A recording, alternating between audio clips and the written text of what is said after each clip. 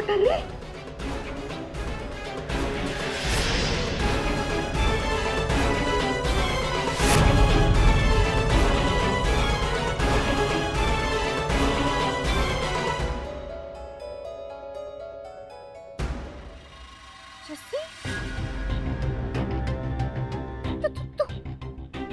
ठीक हो गई?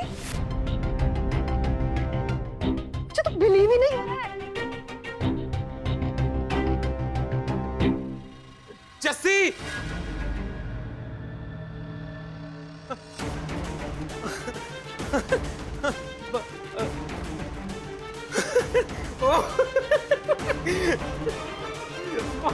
माता जी देखिए ना, अपनी अपनी जस्सी ठीक हो गई माता जी।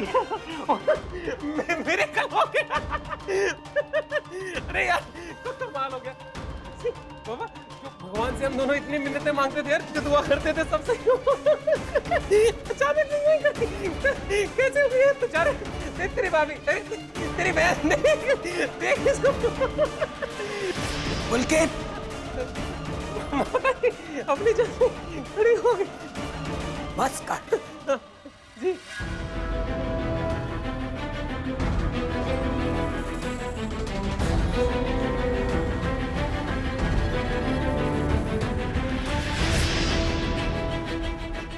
हो सकता है कि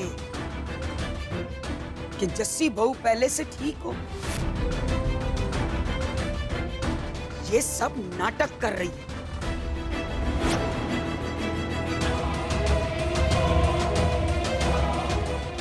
नहीं बहू? जी माता जी। जा बुलाकर ला सबको। जी।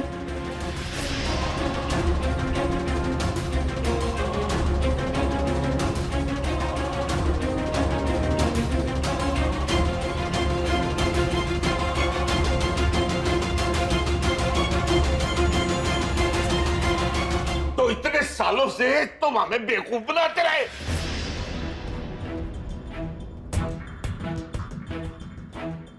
बता जस्सी बहू, सच सच बता, तेरे पैर कब ठीक हुए? वो दादी को वो उस वक्त बताया था ना, जैसे टेंशन में अचानक हो जाता है अपने आप कभी कभी। मेरे कल चमत्कार ये तो हो ही जाता है ना।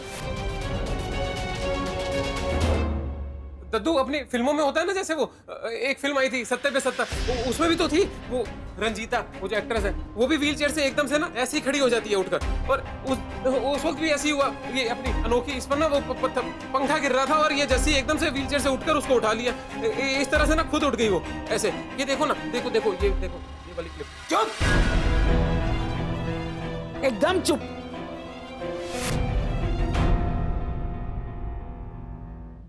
जस्सी बहू, मैं इसे ना कोई चमत्कार नहीं मानती हूँ, क्योंकि अगर ऐसा होता ना तो तेरे पैर लड़खड़ाते, तू कसीटती, सीढ़ियों से गिरती हुई नीचे आती। तू तो इतने आराम से दौड़ते हुए नीचे उतरी नई बहू को बचाने के लिए। तो अच्छा होगा कि तू अगर पूरी सच्चाई सबके सामने बताए, नहीं तो मुझे अपने तरीके से सच्चाई निकलवानी आती है। बता, क्या तूने इतने सालों सबके सामने नाटक करा अपाहिज होने का? बोल।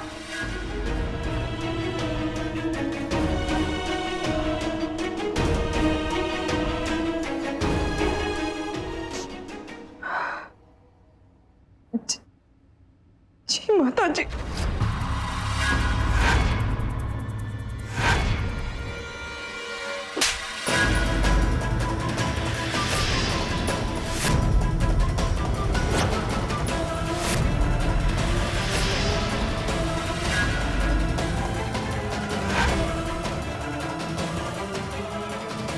तुमने मुझसे झूठ बोला? How dare you? मेरा ट्रस्ट तोड़ा तुमने। मैंने तुम्हें हमेशा सपोर्ट किया अपनी बेटी की तरह, और तुमने मुझे बेवकूफ बनाया। तेरी सास कुछ पूछ रही है तुझसे जस्सी बहू, जवाब दे।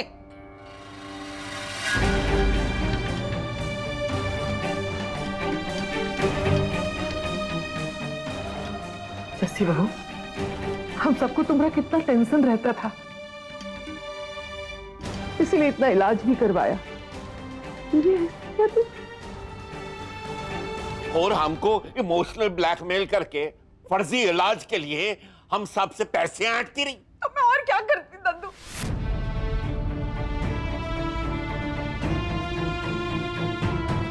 आपको क्या पता, हर महीने आप जो पैसे देते हैं, मैं गुजारा करना कितना मुश्किल है।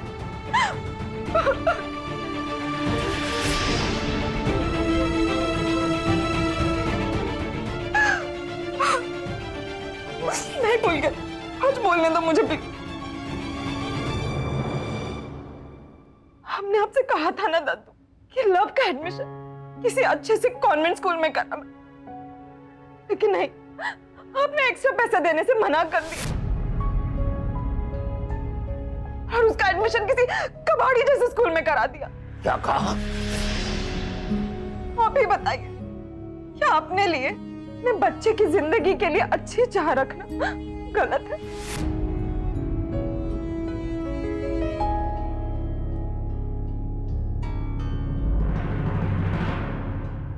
नहीं, बिल्कुल नहीं।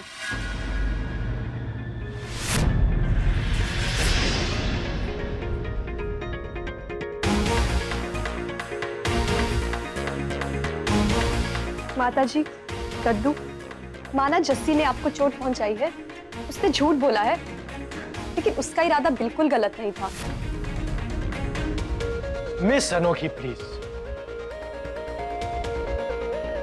आपको बीच में आने की कोई जरूरत नहीं है। तुषार सर, मेरा बीच में बोलने का पूरा हक है। आपके परिवार मेरा भी तो है, और ये बातें सिर्फ किताबों में ही अच्छी लगती है कि जिंदगी में पैसा ही सब कुछ नहीं है। सच्चाई तो ये है कि पैसे के बिना जिंदगी नहीं चलती, और अगर कोई अच्छी जिंदगी के लिए पैसे चाहता है तो उसमें गलत क्या है? और दद्दू, माना इन दोनों ने गलती की है, लेकिन करवाई तो आप ही ने है ना। क्या बकवास कर रही है ये लड़की? मैं बिल्कुल सही बोल रही हूँ। पहले मुझे ऐसा नहीं लगता था, लेकिन जब से मैं शादी करके इस घर में आई हूँ, तब से मैं देख रही हूँ कि आप सबको कितना कम खर्चा देते हैं। और आपने तुषार सर के बर्थडे तक पे एक बर्थडे पार्टी तक नहीं रखी। माना कि ये सब पैसे बचाने की वजह से हो रहा है, पर इतनी कंजूसी भी किस काम की? देखिए ना दद्दू, आज आपकी कंजूसी की वजह से आप ही को धोखा दे रहे हैं।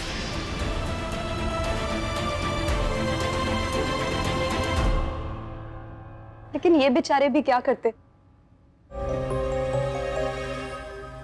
धर्म, मैंने तुझे कितनी बार समझाया कि ये कंजूसी करना छोड़ दे, पर तेरी तो अक्ल पे पत्थर पड़े हैं ना। अब ये पुलके जस्सी नई बहू जो कह रहे हैं वो पूरी तरह गलत नहीं है। धर्म,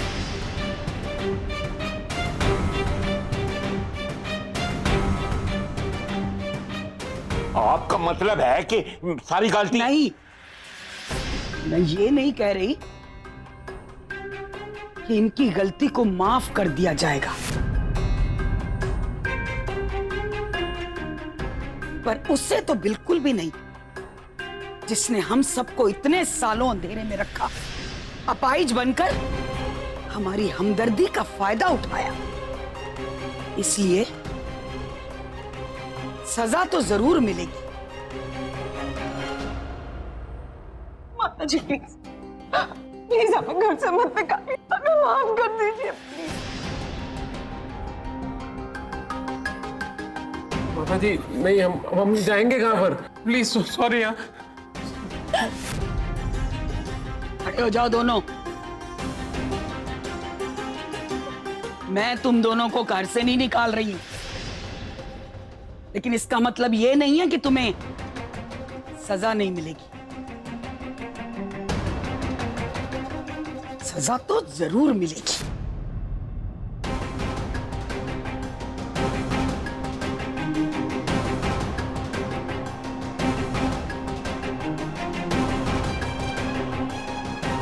लाली जी।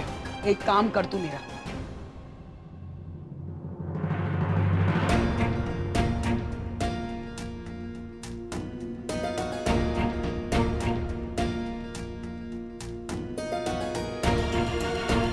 जस्सी बहू, बहुत आराम कर लिया तूने व्हील चेयर पर बैठ के इतने सालों से। घर का एक काम भी नहीं किया तूने आज तक।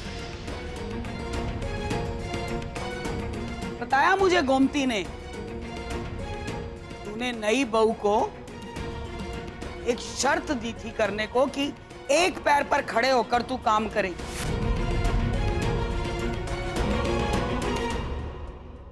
नहीं नहीं माता जी, मुझे उस बात से कोई प्रॉब्लम नहीं है। तेरी राय किसी ने नहीं मांगी है नई बहू। जस्सी बहू, तुझे आज सारे आराम की भरपाई करनी होगी।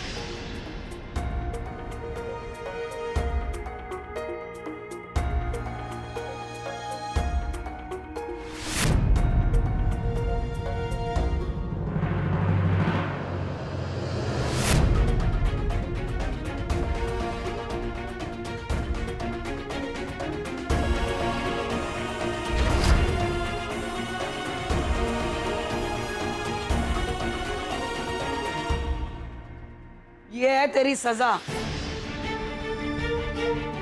तुझे इस पर दौड़ना है।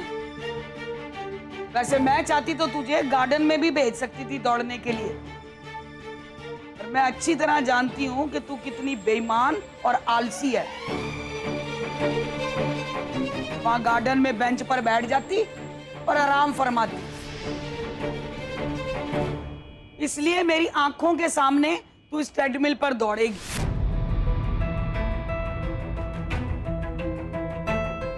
बहुत आराम कर लिया तूने इतने साल। चल शुरू हो जा। कान खोल के सुन ले, तेरे पैर तभी रुकेंगे जब मैं कहूंगी रुकने को, समझी? जी माता जी।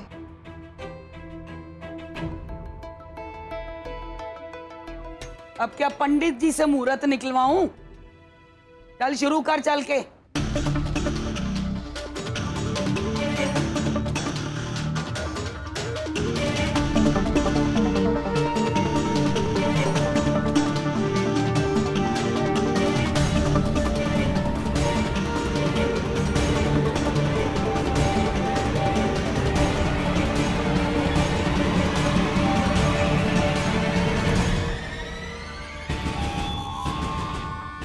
बाबा वो ग्रीन बटन स्टार्ट।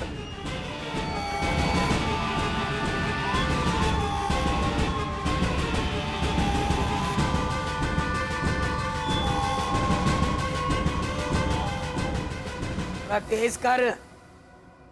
बहुत आराम कर लिया तेरे पैरों ने।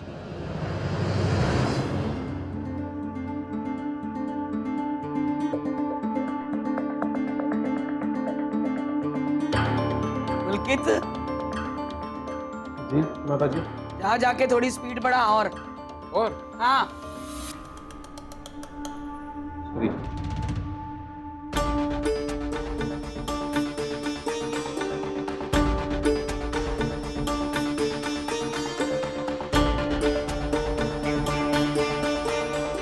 और हाँ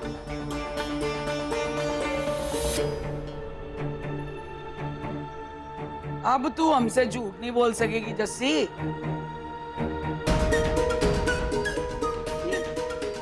कल्पना कहाँ है?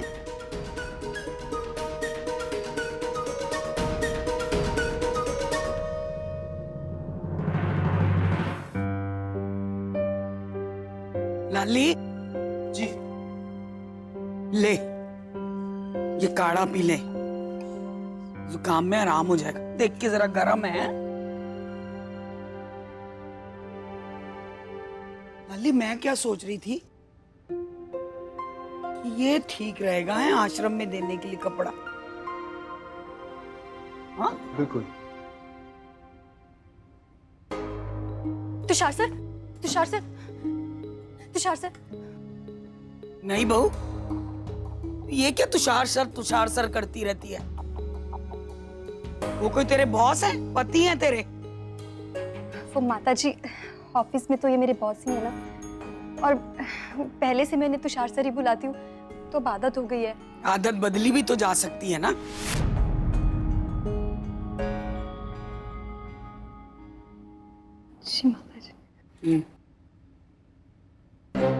बोलिए क्या कह रही थी? तुषार सर, बहुत इंपॉर्टेंट बात है, अकेले में प्लीज। अनोखी, सॉरी टू इंटरप्ट, लेकिन ये ऑफिस है, यहाँ घर की बात है। पारुल, तेरे से काम कर करके थक गई होगी तू, थोड़ी देर आराम भी कर ले। और हाँ, किसी वर्कर को बोल के ना ये टूटा हुआ पंखा ठीक करा देना। चला मेरे साथ।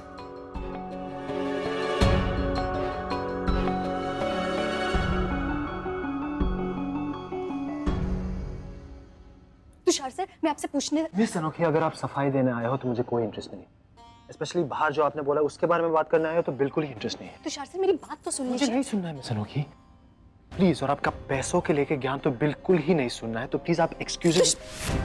चुप हो जाइए, बिल्कुल चुप हो जाइए। कुछ भी बोलने से पहले आप मेरी बात तो सुन लीजिए। मैं आपको पैसे या किसी और चीज के बारे में बात करने नहीं आई हूँ। मैं तो आपको ये बताने आई हूँ कि आज सुबह मैंने कल्पना को उस कंबल वाले आदमी के साथ देखा जिसने हमारी जबरदस्ती शादी करवाई थी।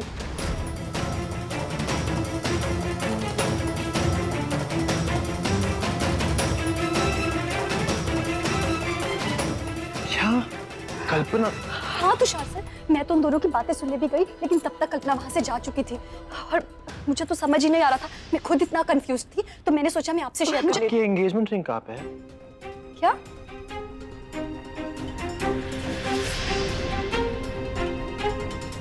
ओह गॉड, पता नहीं मैंने कहाँ गिरा दी। गिरा दी? What do you mean गिरा दी? सनोखी, कहीं ऐसा तो नहीं कि आपने वो रिंग बेच ली हो? I don't know, आपको कुछ एक्सचेंज करना होगा या आपको। ओह प्लीज मिस अनोखी, अब ढूंढने का नाटक बंद कीजिए आप। मेरे पूछने के पहले आपको पता भी नहीं चला था। You know what? इसमें आपकी कोई गलती भी नहीं। इस महीने की सैलरी तो आपको मिली नहीं, तो रिंग बेचने के अलावा आपके पास और कोई चारा नहीं बचा होगा, ऐसी कोई स्टोरी होगी आपकी। मैं आपको कल्पना के बारे में कुछ इंपॉर्टेंट बात बता रही थी, इसलिए रिंग पे ध्यान ही नहीं किया। और मैं हमारे एंगेजमेंट रिंग के बारे में बात कर रहा था मिस अनोखी, लेकिन आपके लिए वो कल्पना वाली बात ज्यादा इंपॉर्टेंट होगी, राइट? हमारे एंगेजमेंट रिंग्स। मैं ढूंढ रही हूँ ना। ठीक है, आपको लगता है मैंने बेच दी तो बेच दी। वैसे भी वो मेरी रिंग थी, मैं उसके साथ जो मर्जी करूं, उससे आपको क्या? काश आज ये पंखा मेरे सर पे ही गिर गया होता, फिर तो मैं आपके रास्ते से हट जाती ना, आप खुश हो जाते ना और आपकी जान छूट जाती ना।